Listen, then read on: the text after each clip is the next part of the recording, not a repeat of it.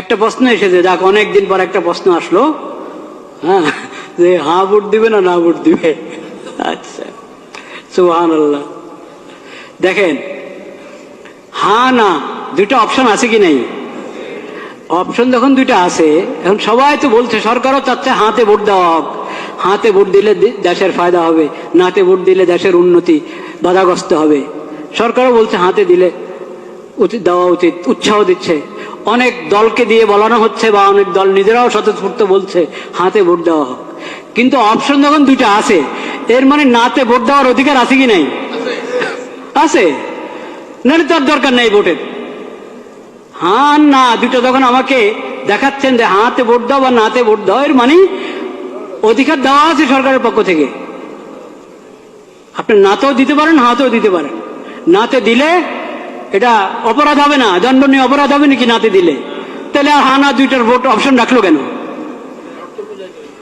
আপনি বুঝতে হবে আপনি কি করবেন। বাধ্য হয়ে দিবেন না ভোট, নিজেকে বাধ্য মনে করবেন না যে আমাকে হাতেই দিতে হবে। বাধ্য করে না কেউ আপনাকে, কিন্তু এক ধরনের যন্ত্রণায় ফেলেছে আমাদেরকে। নির্বাচন কমিশন হোক, সরকার হোক, বিদেশিরা হোক, আমাদেরকে এক ধরনের কিসের মধ্যে ফেলেছে? যন্ত্রণায়, পেরেশানিতে ফেলেছে।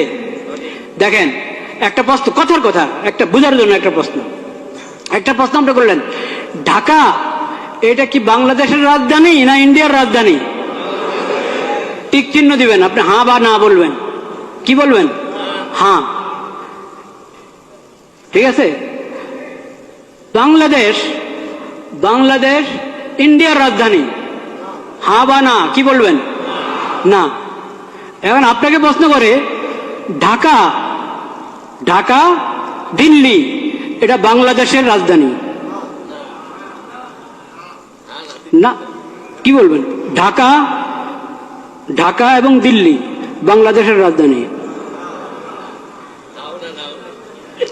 দিল্লি এবং ঢাকা ইন্ডিয়ার রাজধানী, কি বলবেন আপনি কোন? তো এখানে যে এরকম করে রেখেছে 5-6টা জিনিস, আপনি হ্যাঁ বললে সবগুলোকে হ্যাঁ বলবেন, না বললে সবগুলোকে কি বলবেন? কেন অপশন নাই? কেন 5টাকে আলাদা আলাদা ভোট নেন? আপনাদের কি সিলের টান পড়ছে না কালি কাগজ কিসের টান পড়লো? 6টা জিনিসের উপর একসাথে বললে হ্যাঁ, আর নয় না বললে 6টার উপরে কটা, মোট কটা? 5টা, 8টা। আচ্ছা যাই হোক, যে কটার উপরেই সবগুলোর উপর হ্যাঁ বললে সবগুলোর উপরে হ্যাঁ, না বললে সবগুলোর উপরে কি না? কেন আলাদা আলাদা করে বলেন না কেন? এখন তো মানুষকে মুসিবতে ফেললেন। সে আপনার 4 কথা বা 5 কথা বা যত কথাই আছে, কথার কোনোটার সাথে একমত, কোনোটার সাথে কিনা একমত না। আলাদা আলাদা থাকলে সে আলাদা আলাদা উত্তর দিত, একটাতে দিত হ্যাঁ, একটাতে দিত না। এখন আপনি তাকে বাধ্য করলেন, হ্যাঁ বললে সবগুলোর উপরে বলো, না বললে সবগুলোর উপরে বলো। আমি তো সবগুলোর উপরে হ্যাঁ বলতে পারছি না, আমি তো সবগুলোর উপরে নাও বলতে পারছি না। কেন আমাকে বাধ্য করা হলো? একটা পেরেশানি, একটা যন্ত্রের মধ্যে ফেলা হলো জাতিকে। ভোট দিলে সবগুলোর উপরে হ্যাঁ বলো, আর না বলতে হলে সবগুলোর উপরে না বলো। কিন্তু আপনারা ভয় পাবেন না, হার মধ্যে যেহেতু অনেক অন্যায় কথা আছে, আপনি বুঝে শুনে ভোট দেন। এই কথা কখনো ভাববেন না, এসব প্রতারণাতে আসবেন না যে নাতে ভোট দিলে দেশের উন্নতি রুখে যাবে, দেশের উন্নতি বাধাগ্রস্ত হবে, কখনো না। দেশের কিসমত যদি ভালো হয়, জনগণের কিসমত যদি ভালো হয়, শাসকদের যদি নিয়ত ভালো হয়, তাহলে না ভোট, সবাই নার মধ্যে ভোট দিলেও দেশের উন্নতি চলতে থাকবে ইনশাআল্লাহ। আর যদি নিয়ত ভালো না থাকে, কিসমতও ভালো না, নিয়তও ভালো না, এমন যদি হয়, তো সবাই হাতে ভোট দাও, কাজ হবে না, কাজ হবে না। ভোট একটা আমানত, ভোট একটা আমানত, এটাকে বুঝে শুনে ব্যবহার করেন। এটা অধিকার, এই অধিকার, ভোটের অধিকার একটা আমানত, এই অধিকারকে বুঝে শুনে ব্যবহার করেন। চিন্তা ফিকির করেন, আল্লাহর কাছে দোয়া করেন, আল্লাহ আমি যাতে সঠিক ভোট দিতে পারি সেই তৌফিক আমাকে দান করেন। এটা তামাশার বিষয় না। প্রতারিত হয়ে, বাধ্য হয়ে ভোট দিবেন না, লোভে পড়ে ভোট দিবেন না। চিন্তা ভাবনা করে এবং এটার জন্য দোয়া দুরূদ পড়েন, সালাতুল হাজত পড়েন, অভিজ্ঞদের সাথে মশওয়ারা করেন, নেককার দিনদার মানুষের সাথে মশওয়ারা করেন। শুধু নামের ভিত্তিতে আপনি ভোট দিলে হবে? শুধু মার্কার ভিত্তিতে ভোট দিলে হবে? শুধু মনোগ্রাম দেখে ভোট দিলে হবে? এটা হবে না, চিন্তা ভাবনা করতে হবে। শুধু নাম দিয়ে প্রতারিত হবেন না। ইসলামের নাম ব্যবহার করা হচ্ছে, অনেক দলে ইসলামের নাম ব্যবহার করেছে। তারপর এখন আপনি বলবেন ইসলাম, যেহেতু ওনারা ইসলামের নাম নিয়ে রাজনীতি করছে, ইসলামের নাম নিয়ে ভোটে দাঁড়িয়েছে, নির্বাচন করছে, তাহলে চোখ বন্ধ করে ওদেরকে ভোট দাও। এই কথা বলার সুযোগ নাই, এই কথা বলার সুযোগ নাই। কারণ ইসলামের নাম ব্যবহার করছি আমি, আমার দলের মধ্যে ইসলামের নাম আছে, কিন্তু ইসলাম আসলে কি আমি ইসলাম বাস্তবায়ন করার জন্য মানুষের প্রতিনিধি হতে যাচ্ছি?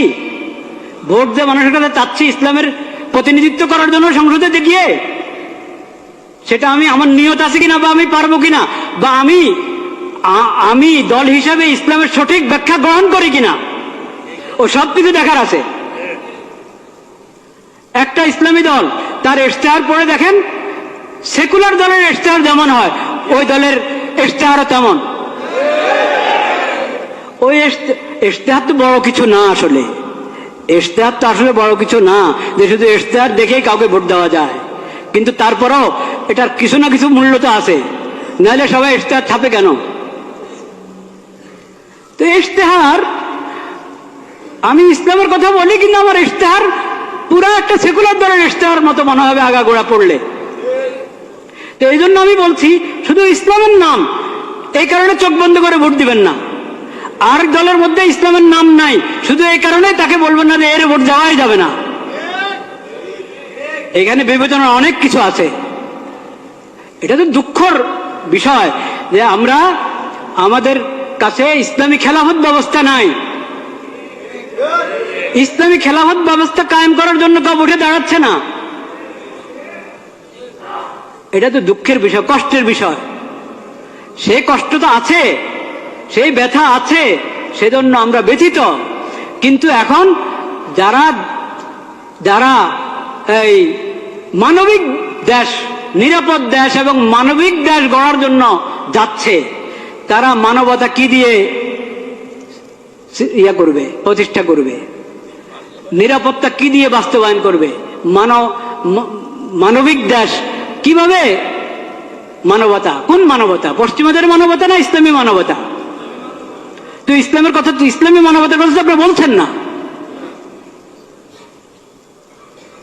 ইসলামী মানবতার কথা বলছেন না। যে মানবতা ইসলাম এবং কোরআনের মাধ্যমে পাওয়া যায়, নবীজির সিরাতের মাধ্যমে পাওয়া যায়, সেটা তো আপনি বলছেন না। মানবিক বাংলাদেশ, নিরাপদ বাংলাদেশ, এটা যে কোনো সেকুলার দ্বারা বলতে পারে।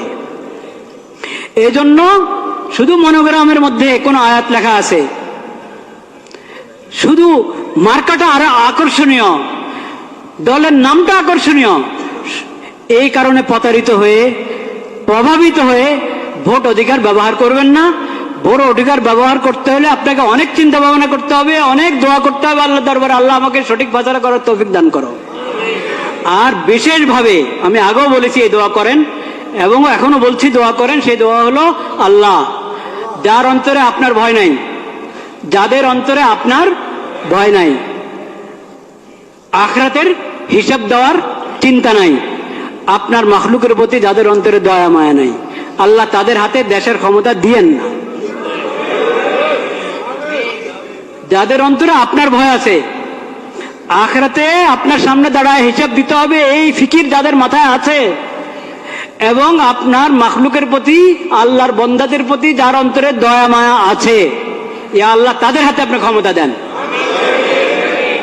এই দোয়া করতে কোনো সমস্যা আছে? কোনো দলের নামে নিলাম না আমি, কারণ আমার আল্লাহ সবচেয়ে বেশি জানেন, বাস্তব কথা আল্লাহ জানেন কার হাতে ক্ষমতা গেলে তারা উম্মতের জন্য, আল্লাহর বন্দাদের জন্য, দেশের জন্য কল্যাণকামী হবে। এটা আল্লাহ সবচেয়ে কি জানেন, ভালো জানেন। আল্লাহর হাওলা করে দিলাম, আল্লাহ তাদের হাতে দেন যারা আখিরাতমুখী, আখিরাতের ফিকির আছে। আপনার ভয় আছে তাদের অন্তরে, আপনার মাখলুকের প্রতি যাদের অন্তরে দয়া মায়া আছে তাদের হাতে ক্ষমতা দেন। যারা আপনার ভয় তাদের অন্তরে নাই, আখিরাতে আল্লাহ আপনার সামনে দাঁড়া হিসাব দিতে হবে এই ফিকিরও তাদের নাই, আপনার মাখলুকের প্রতি দয়া মায়াও নাই, হ্যাঁ, ইয়া আল্লাহ তাদেরকে আপনি ক্ষমতা দিয়েন না।